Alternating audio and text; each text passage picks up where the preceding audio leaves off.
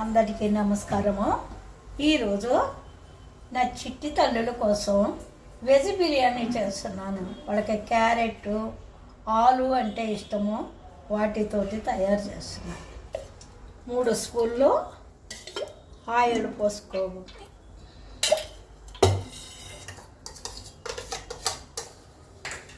ఒక స్పూను నెయ్యి వేసుకో,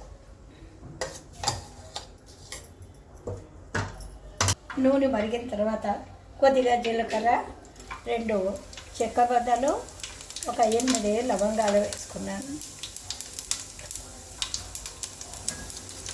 ఈ ఆకు కూడా పుదీనా,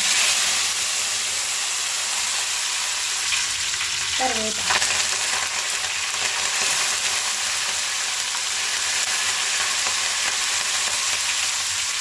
పచ్చిమిర్చి,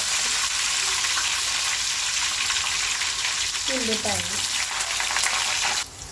ఇందులో అల్లం వెల్లుల్లి పేస్ట్ 1 స్పూన్ వేస్తాం. బీన్స్, బంగాళాదుంప ముక్కలు, క్యారెట్ ముక్కలు వేస్తాం. ఇప్పుడు ఇవి చిక్కుడు గింజలు వేస్తున్నాను. ఇవి కూడా పిల్లలు ఇష్టంగా తింటారు కాబట్టి గింజలు వేసి, తర్వాత 2 టమాటా ముక్కలు, ఇందులో 1 స్పూను సాల్ట్ వేస్తున్నాం. ఈ సాల్ట్ తోటి ఈ ముక్కలు త్వరగా ఉడుకుతాయి కాబట్టి సాల్ట్ వేస్తాం. ఇవి ఇంట్లో తయారు చేసిన ఈ పన్నీరు ముక్కలు నేతిలో వేయించుకొని ఇప్పుడు ఇవి కూడా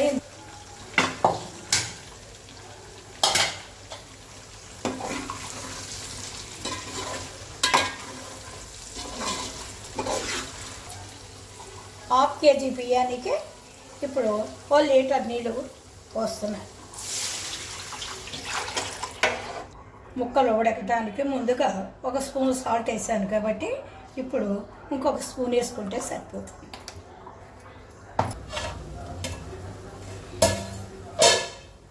వాటర్ మరుగుతోంది. ఇప్పుడు ఈ నానబెట్టున్న బియ్యం పోసుకో,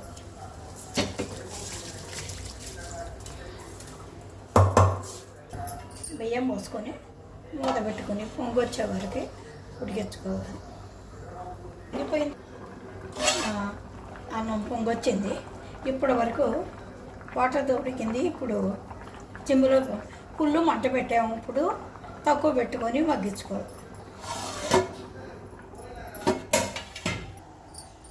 ఓకే, వెజ్ బిర్యానీ రెడీ. ఇది పిల్లల చిన్ని తల్లుల కోసం చేశాను. చిన్ని తండ్రులకు కూడా పెట్టచ్చు, పెద్దవాళ్ళు కూడా తినచ్చు, ఏమీ కాదు. మసాలాలు తక్కువ వేసాను, బాగుంటుంది, చాలా టేస్ట్గా ఉంటుంది. ఓకే, మీరు కూడా ఒకసారి ప్రయత్నించండి.